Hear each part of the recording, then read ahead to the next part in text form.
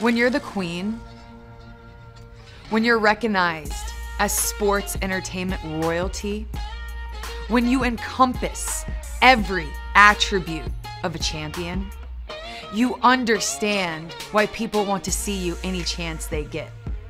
Want to know what it means to be genetically superior? You never will. Watch me. I mean, have the privilege of watching me.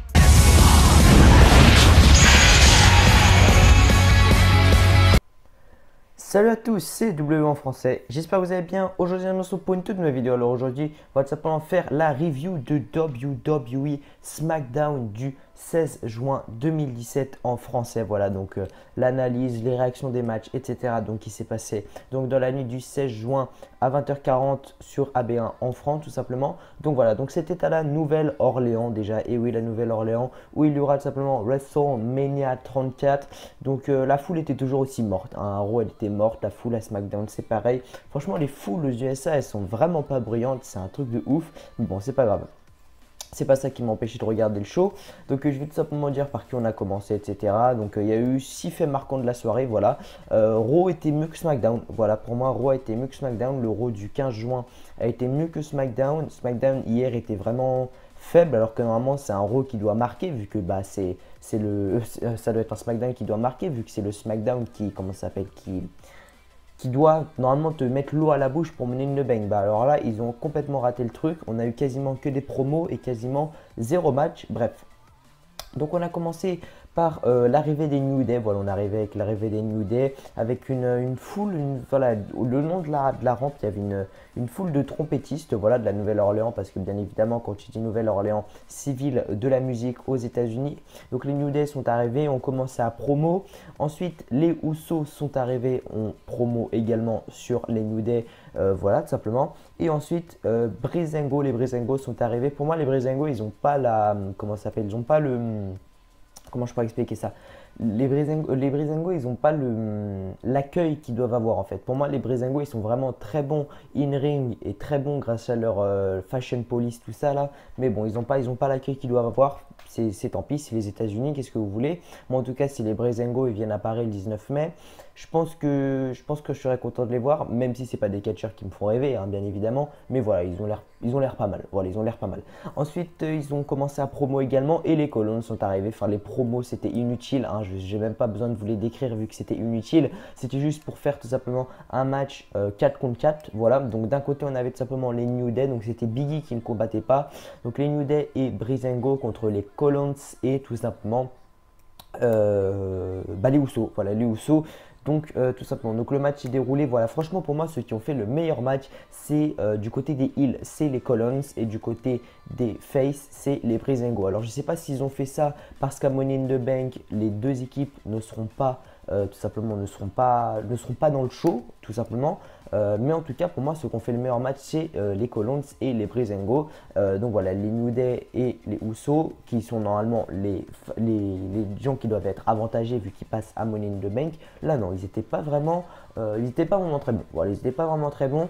Et victoire tout simplement des face tout simplement, donc New Day et Breezango. Enfin c'est normal hein, parce que les Usos ont été complètement transparents dans le match, je vais pas vous le cacher.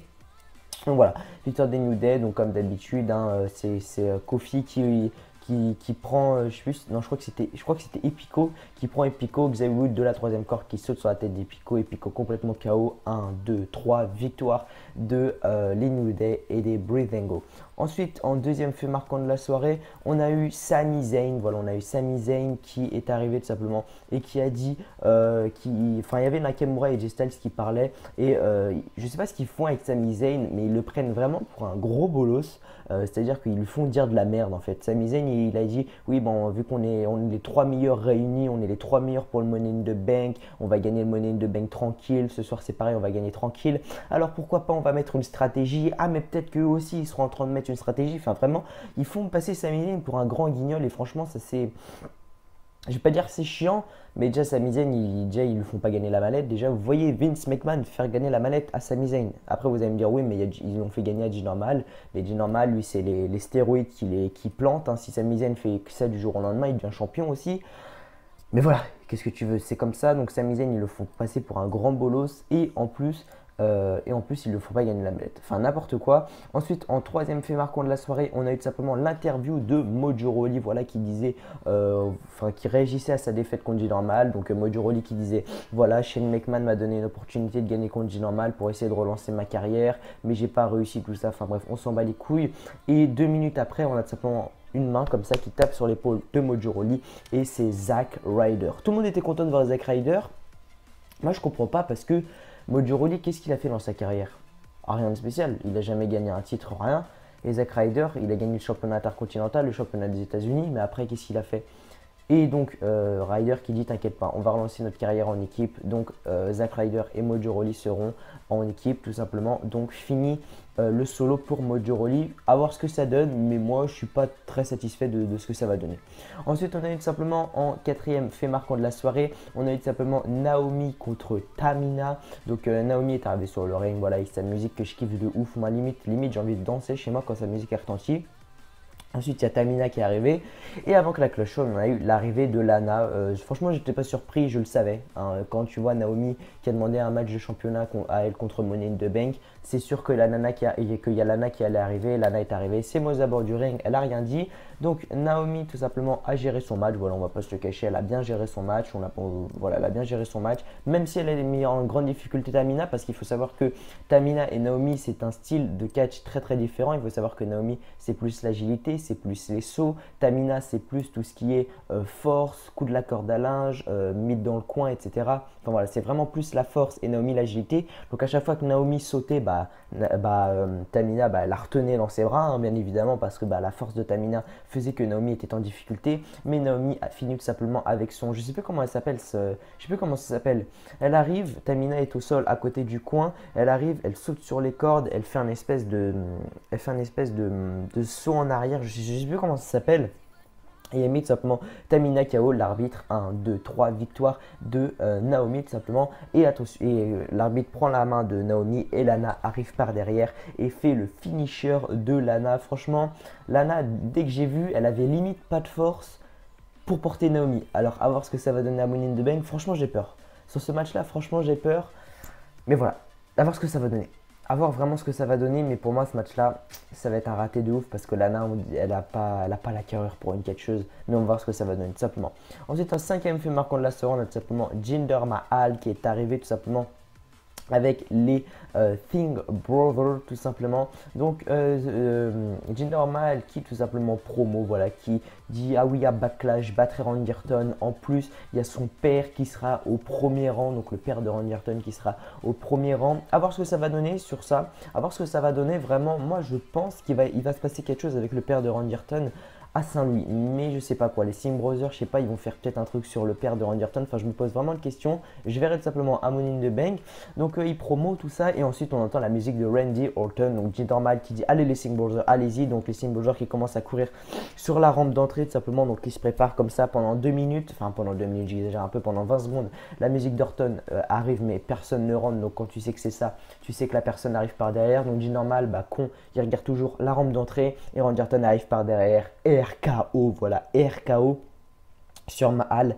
Et ensuite, les Singh Brothers n'ont même pas le temps d'arriver. Randy Orton sort et reste pendant au moins 3 je crois que c'est duré 2-3 minutes. Hein. Randy Orton, il y avait sa musique et il était comme ça dans la foule. Tout le monde le touchait, voilà, tout le monde le touchait. Il y avait tout ça dans la foule. Donc voilà, tout simplement. Et Randy Orton, voilà, il disait, t'inquiète pas, il se disait dans sa tête, t'inquiète pas, que je reprendrai mon titre et tu toucheras jamais à mon père. Ensuite, on a eu en 6e fait marquant de la soirée et avant-dernier fait marquant de la soirée, on a eu Charlotte Flair contre Natalya. Charlotte, mon cœur. Elle a encore gagné. Et ouais, elle a encore gagné, les gars. Et ouais.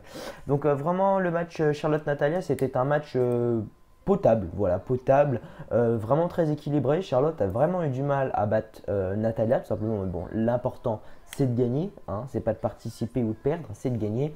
Et donc, comment ça s'est fini? Bien évidemment, donc Natalya qui prend Charlotte, qui lui porte un powerbomb. Natalya qui tente de tomber. Charlotte n'est tout simplement pas KO. Ensuite, ça se finit comment déjà? Charlotte lui fait un Bigfoot.